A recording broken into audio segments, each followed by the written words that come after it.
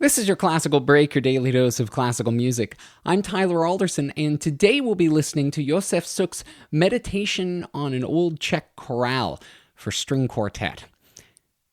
Josef Suk was part of a distinguished line of Czech composers who sought to create and sustain a uniquely Czech style of music. He was a student of Dvorak and ended up becoming his son-in-law by marrying his daughter. He also founded and spent over 40 years in the Czech Quartet, a string quartet that toured extensively and had an international reputation playing primarily Czech music, including his own compositions like this one. While Dvorak, Smetana, and others had fostered Czech music as part of a larger nationalist trend, the actual political future of the Czech people was in doubt, and hope for independent nation was fading until 1914, the same year Suk wrote this meditation. Czechs were in a precarious position in 1914. For hundreds of years, they had been under Austrian rule, now consolidated into the Austro-Hungarian Empire. The country stretched through Central and Southern Europe and ruled over a wide variety of smaller nations and ethnicities. The Austrians had enforced Germanization over much of its territory, with other languages suppressed in favor of the official one. But there were various nationalist movements across its holdings, and tensions boiled over when a Bosnian Serb named Gavrilo Princip assassinated the heir to the throne, Archduke Franz Ferdinand, possibly the most famous and important assassination in history. This led to the Austro-Hungarian invasion of the Kingdom of Serbia, which then led to the outbreak of World War I. And suddenly, with the whole of Europe joining the war, the Austrian grip on the Czech homeland seemed like it could finally loosen. Suk wrote this piece to, quote, strengthen the hope in the return of power to the hands of the Czech people after the storms of wrath are over. It's based around a hymn to the patron saint of the Czechs, Saint Wenceslas.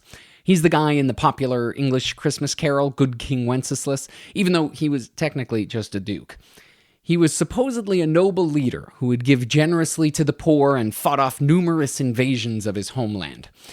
The hymn this is based off of is one of the oldest known songs in the Czech language, and at one point it was considered for the national anthem of Czechoslovakia.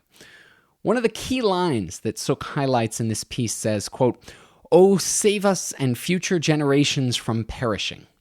He probably couldn't have known the horrors that would come in the still new war, but is a very apt plea for anyone in Europe at the time. It's also a powerful statement about Czech identity, at a time when the Czech language and Czech customs were being suppressed in favor of German and Austrian culture. Here's the Musopen String Quartet with Suk's Meditation on an Old Czech Chorale.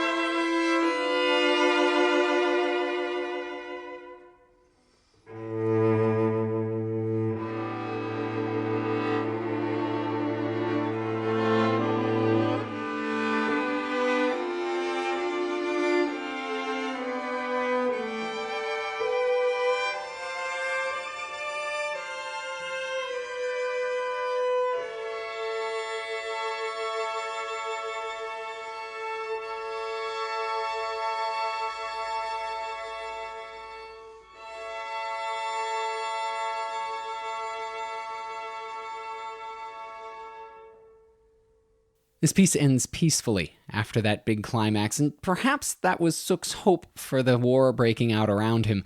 Unfortunately, we know it didn't quite work out that way. Thanks to the Musopen String Quartet for putting that up on musopen.org, and thank you for listening. If you have the chance, please rate and review this podcast wherever it is that you're getting it. I'm Tyler Alderson, and next week for your classical break, we'll be listening to some Haydn, some Vivaldi, some Grieg, and we'll start things off with a celebration of Ernest Bloch's birthday on Monday with his Poems of the Sea. I'll see you then.